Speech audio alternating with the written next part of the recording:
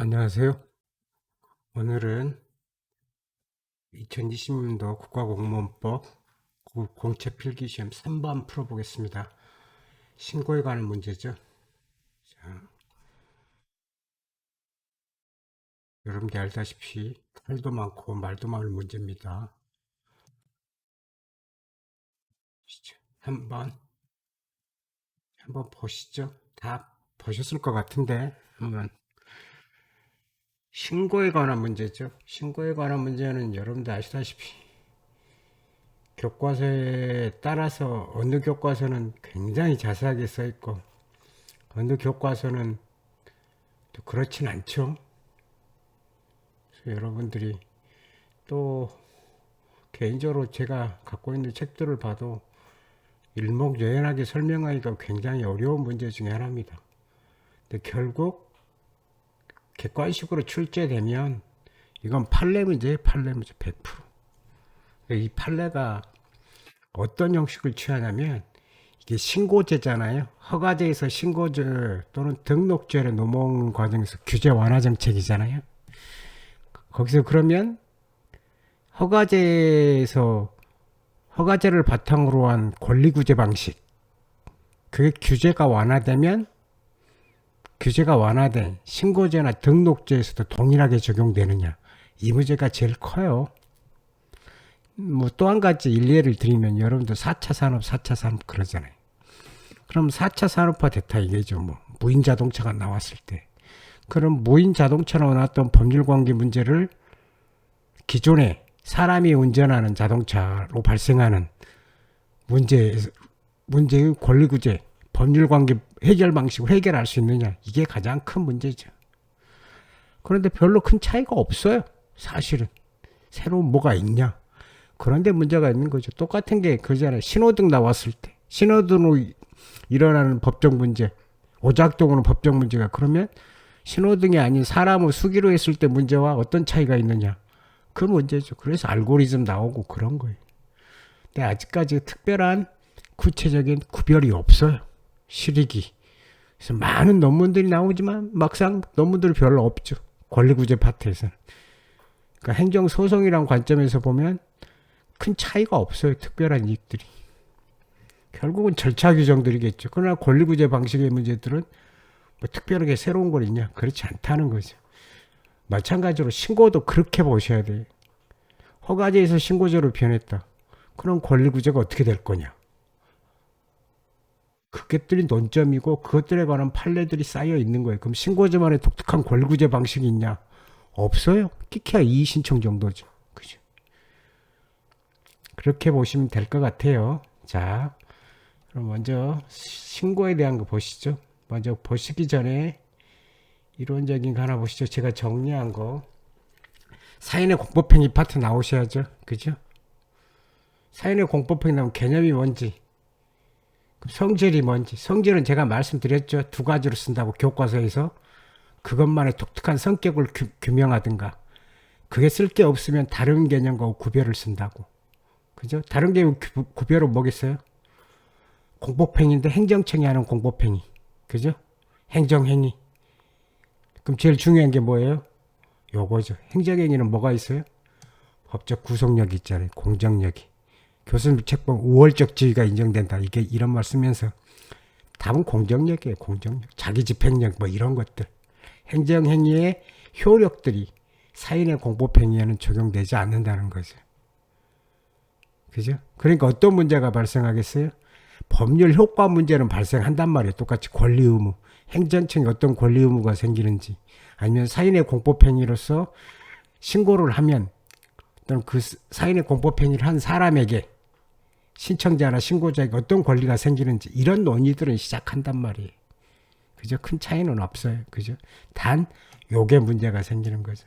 그래서 제가 기본 패턴이 이거죠. 행정인데 국가인데 법원 있는데 사인의 공법행위는 사인의 행위로 시작하죠. 죄송합니다. 이걸 안 써놨네요.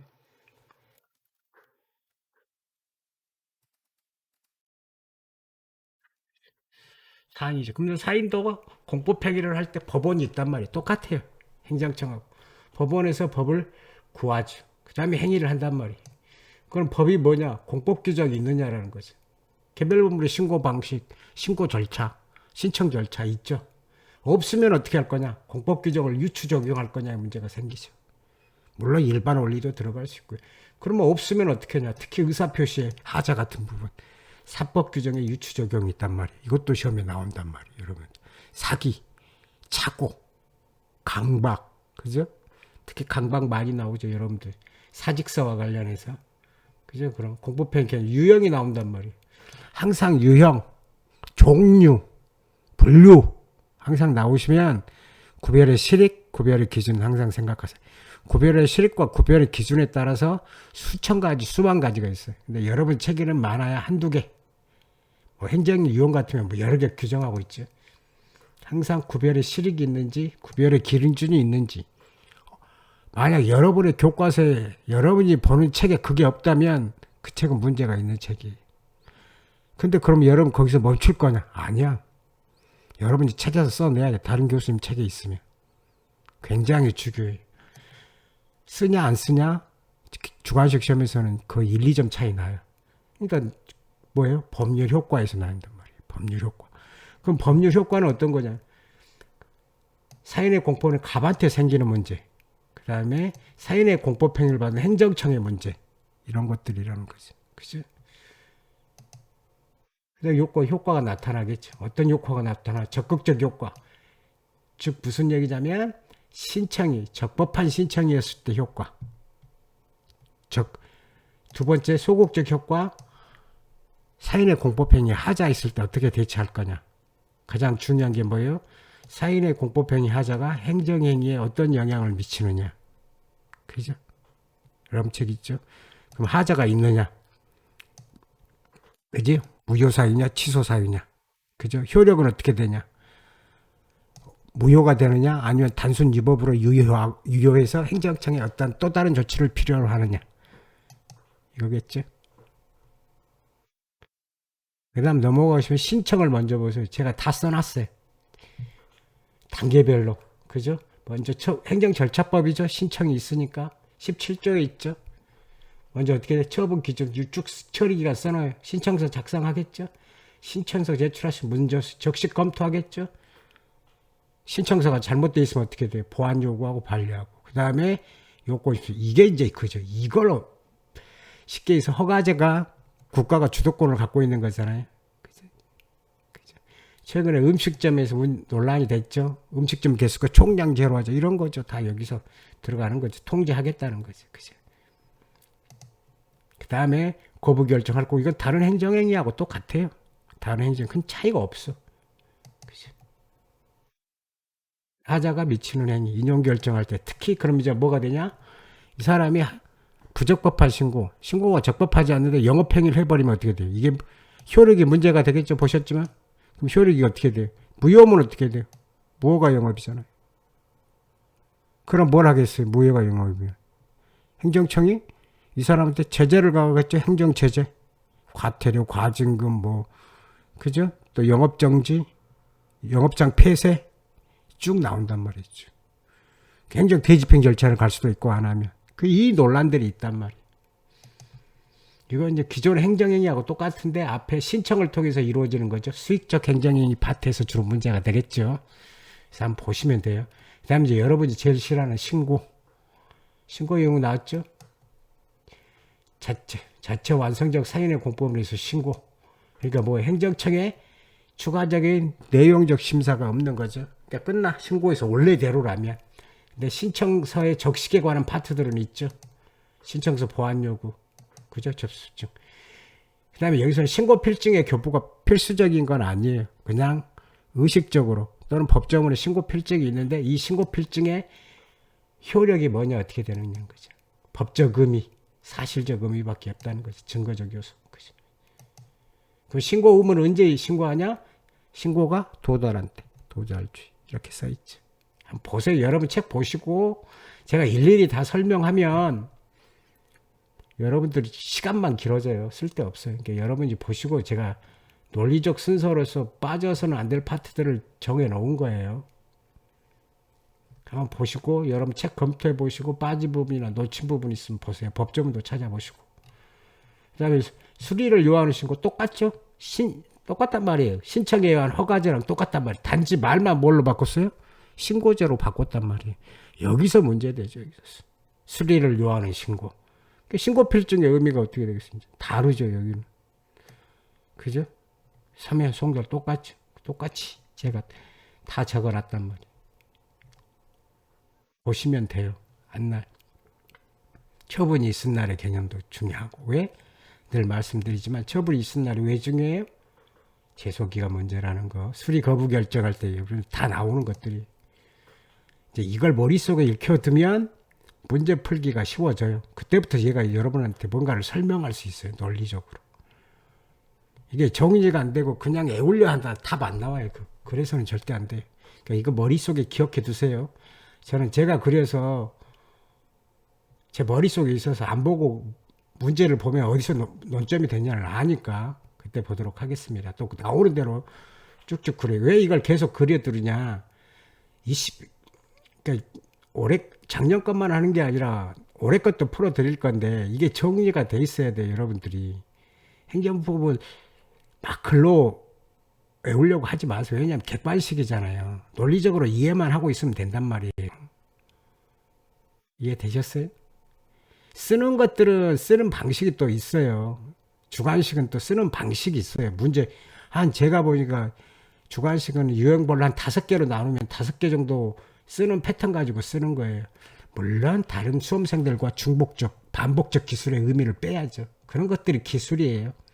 그런 것들을 학원 강사들이 알려줘야 되는데 그렇지 않죠. 저도 신림동에서 학원 강사 해봐서 알아요. 나름대로 유명했어요.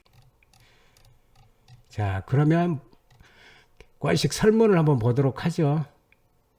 짧게 하려고 그래요. 길게 하면 여러분들 잘 안 보시니까. 자, 보세요. 1번 보시죠. 건축법상 인허가 국회 효과나 건축신고는 특별한 사정이 없는 실체적 심사를 하는 수리하는 수리를 위한 신고. 똑같죠? 그럼 답은 하나예요. 건축법상 인허가 후제를 효과를 수반하는 건축신고가 특별한 사정이 없는 한 수리를 요하는 신고냐. 그게 뭐예요? 수리를 요하는 신고니까 어때요? 이 행정행위란 말이에요. 처분이란 말이에요. 그게 똑같아. 나머지는 필요가 없어. 그냥 끝. 그럼 보면 17조 보니까 어떻게 돼요? 1항에 따른 저는 제11조 5조 6호 여기가 뭐냐면 건축허가의 인허가 의제예요. 인허가 의제가 준용된다는 거 이거예요. 이거. 그럼 인허가 의제가 뭐냐 말씀드렸죠? 하나의 허가를 얻으면 다른 허가를 보는 걸로 간주하는 거예요. 간주. 그죠? 나중에 인허가 의제 나오면 그때 보도록 하겠어요. 왜 안 써놨냐? 법률들이 너무 많고 귀찮아. 조문 쓰기도 귀찮아. 여러분들이 법조문 찾아보세요. 법령 사이트 있잖아요. 근데 다수의 경우는 어떻게 돼요? 인허가 의제가 되니까 어떻게 돼요? 특별한 사정이면 수리를 요하는 식으로. 왜? 우리는 인허가 의제니까 뭘 해요? 요건이 의제되죠? 요건을 같이 심사해야 된단 말이에요. 그러니까 어떻게 돼요? 심사가 들어간단 말이에요. 내용적 심사가. 즉 건축만 심사하는 게 아니라 뭐 환경법이라든가 뭐 토지 형질 변경 허가 이런 것도 다 심사한단 말이에요. 그러니까 거기 실질적 심사가 이루어지죠. 그랬더니 반대 계열은 어떻게 돼요? 그러면 건축 허가에서 신고 사항으로 만든 취지가 없어져 버리죠. 그러니까 반대한다는 거죠. 소수서로 다수 계열은 허용하고. 자, 인허가 의제에서 또 문제되는 거 어디겠어? 건축 허가는 어떻게 돼요? 기속행위, 재량행위, 여러분이 보시기. 그죠? 근데 보통 기속행위라고 한단 말이에요. 그러니까 무슨 얘기냐면 신고를 잘해야 된다는 거죠. 신고가 적법하게 돌아오면 무조건 해줘야 된다는 거잖아요. 근데 인허가 의제되는 건축 허가는 어떻게 돼요? 재량행위로 보죠. 대부분 판례가. 그죠? 그때 오도록 하겠습니다. 인허가 의제 나오면 또 할 얘기 많으니까 판례가 쭉 있죠? 한번 보세요. 제가 뭘 했냐? 이 밑에 판례는 어떤 거냐? 수리를 요하는 신고라고 한 판례들이에요. 그죠? 대점포 개설 등록. 그죠? 근데 신고 발령이 한 곳 보시면 될 것 같고. 그 다음에 수산업자, 납골당 신고. 보시라고 제가 써놓은 거예요. 그죠? 자, 착공 신고 경우에도 완료되면 어떻게 돼요? 처분에 해당하지 않는다. 이것밖에 보잖아요. 자, 자, 그러면 여러분들 여기서 기억하셔야 될 게 있어요. 우리 대법원이 행정행위인지 아닌지 판단할 때 쓰는 설문이 세 가지가 있어요. 세 가지가. 첫 번째, 전형적인 거. 그때는 뭐라고 써요? 이걸 써요. 이걸. 권리 의무에 영향을 미치는 행위인지 아니지만 판단해. 전형적인 거. 그죠? 두 번째, 이거. 그 다음에 좀 아리까리한 거.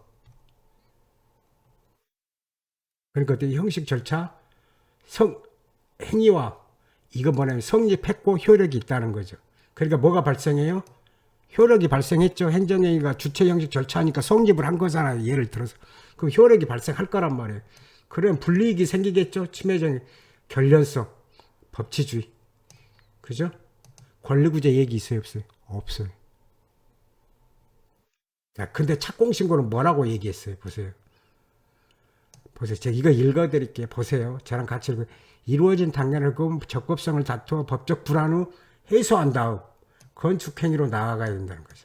만약 착공신고를 보세요. 해주지 않은 거, 수료 반려를 못해서 뭐래, 이 사람은 어떻게 되겠어요? 쭉 하고 나가서 모르겠어요. 또 간접강제라는 걸 붙은단 말이에요. 그러면 그때 할 수 있단 말이에요. 그때 소송을. 그러니까 뭐 어떻게 돼?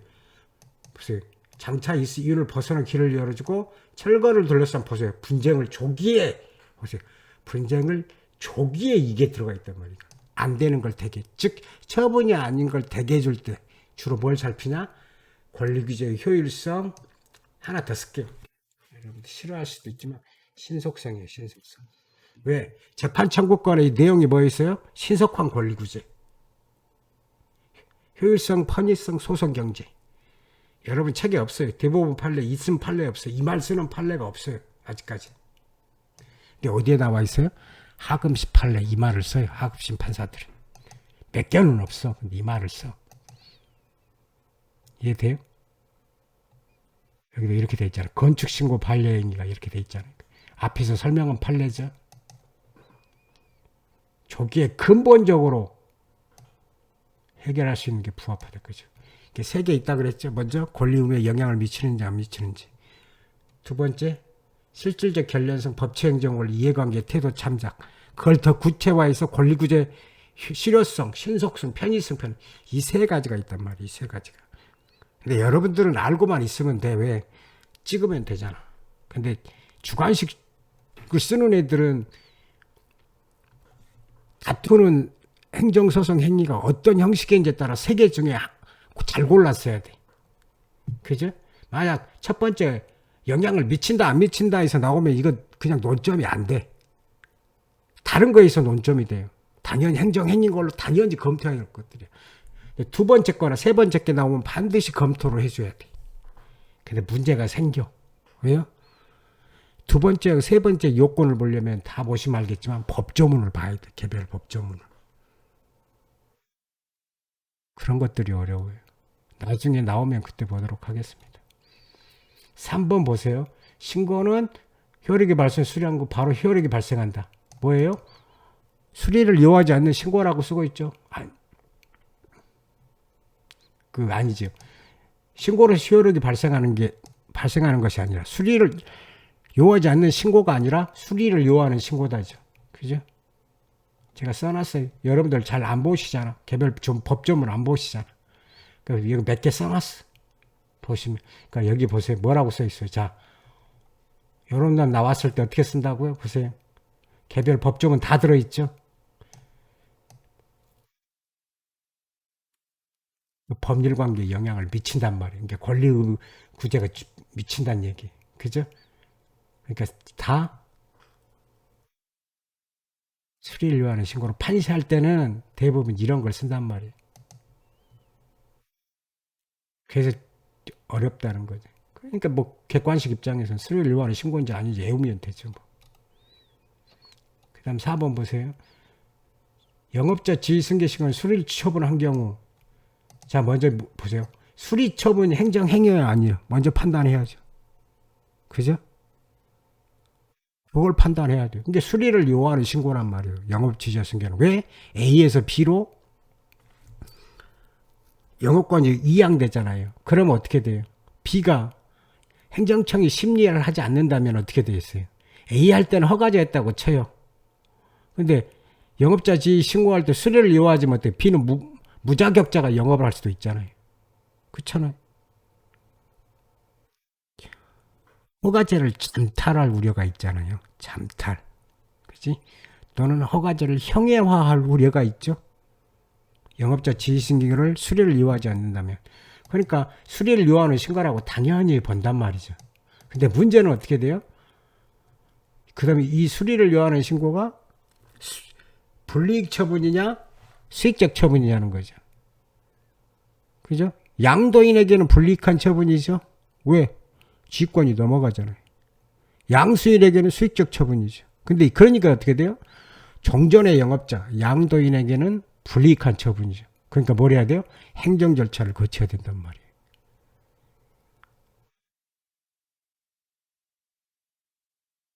이해돼요? 야, 그 다음에 영업자 지위신계 수리 처분에서 문제가 되는 게 또 하나 있어요. 그러면 양수인은 원고 적격이 있느냐라는 거죠. 양수인은 수리 징계 처분을 다툴 수 있냐 없냐 이거죠. 그죠? 그것도 있어요. 아마 그 판례도 나올 거예요 아마. 있어요. 행정절차법 쭉 있죠. 불이익한 처분에 당사자가 되느냐. 그죠? 처분이냐를 먼저 따져야 되겠고 처분이면 행정절차를 거쳐야 되는데 불이익한 처분이냐 불이익한 처분이 아니냐 수익적 처분이냐 이거죠. 근데 그게 누구예요? 종전의 영업자죠. 권리를 잃게 되죠. 영업권을 잃게 되죠. 이렇게 되죠. 그래서 행정절차를 거쳐야 된다 이렇게 돼 있어요. 한 가지만 더 놓친 거 설명해 드리고 지금은 나올 건 아니고 여기 사인의 공포행위 신청 나오죠. 미리 설명해 두는 거예요. 여러분들은 또 오해할까 봐. 원래 여기쯤에서 무화자재랑 행사 청구권이 행사가 돼요. 무화자재랑 청구권이. 여러분 무화자재랑 청구권의 독자성 막 이런 얘기 나오죠. 그럼 독자성을 인정하시는 분 인정 안 하신 분 그죠? 무슨 의미가 이제 이렇게 얘기하시잖아요. 왜? 무화자재랑 청구권을 직접적으로 행사하는 경우가 거의 없어요. 포함적 의사표시로 신청서를 하면서 간주해줘. 행사하는 걸로 관조하잖아요. 그죠? 그래서 여기서 나중에 무화자재 행사 청구권 나오면 그때 독자성 할 때 설명할게요. 수고하셨고요. 오늘은 여기까지 하겠습니다. 감사합니다.